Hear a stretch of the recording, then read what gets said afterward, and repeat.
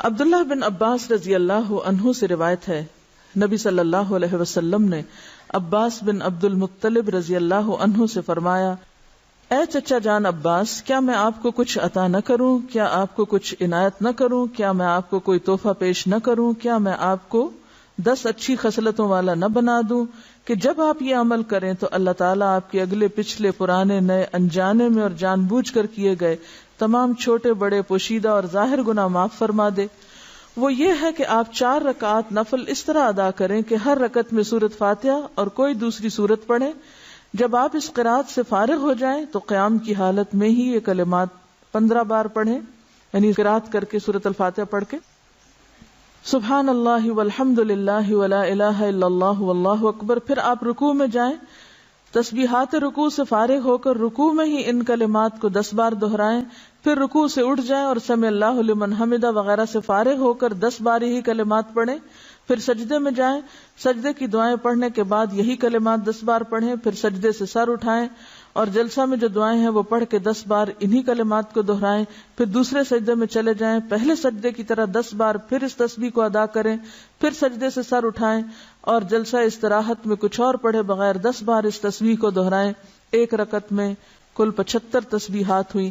اسی طرح 4 رکعات میں یہ عمل دہرائیں۔ اگر آپ طاقت رکھتے ہو تو نماز تسبیح روزانہ 1 بار پڑھیں، اگر آپ ایسا نہ کر سکتے ہو تو ہر جمعہ 1 بار پڑھیں، یہ نہ کر سکتے ہو تو ہر مہینے میں 1 بار پڑھیں، یہ بھی نہ کر سکے تو سال میں 1 بار، اگر آپ سال میں بھی 1 بار نہ کر سکتے ہو تو زندگی میں 1 بار ضرور پڑھیں۔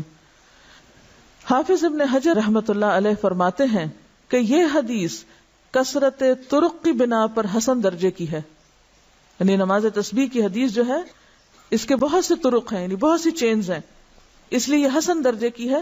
شیخ البانی فرماتے ہیں کہ امام حاکم اور حافظ ذہبی نے اس حدیث کی تقویت کی طرف اشارہ کیا ہے اور یہ حق ہے، یعنی البانی کے نزدیک بھی یہ بات درست ہے کیونکہ اس کے بہت سے طرق ہیں۔ علامہ مبارک پوری شیخ احمد شاکر نے بھی اسے حسن کہا ہے، جبکہ خطیب بغدادی، نووی، ابن صلاح نے اسے صحیح کہا ہے۔ بعض اوقات صحیح لغیر ہی ہوتی ہے، یعنی ایک چین میں اگر ایک چیز کی کمی تو دوسری میں وہ نہیں، تو ایک کی کمی دوسرے نے پوری کر دی تو وہ حسن کس درجے پہ آ گئی؟ صحیح کے، لیکن وہ صحیح لذاتی ہی نہیں بلکہ لغیر ہی ہے، یعنی خود سے صحیح نہیں تھی بلکہ دوسری چین نے اس کو صحیح بنا دیا۔ نماز تسبیح میں تسبیحات تشہد میں التحیات سے پہلے پڑھیں، بخلاف دوسرے ارکان کے، ٹھیک ہے؟ باقی تو یہ نا سورۃ فاتحہ وغیرہ پڑھ کے تلاوت کر کے پھر تسبیح پڑھیں، اسی طرح سجدے کی تسبیح پڑھ کے پھر یہ تسبیحات پڑھیں، سمع اللہ لمن حمدہ کہہ کے پھر تسبیحات پڑھیں، سجدے کی تسبیح پڑھ کے پھر یہ تسبیحات پڑھیں، اسی طرح دوسرے سجدے سے اٹھ کے پڑھ کے پھر اٹھیں۔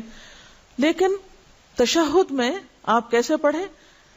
تشہد سے پہلے، بخلاف دوسرے ارکان کے۔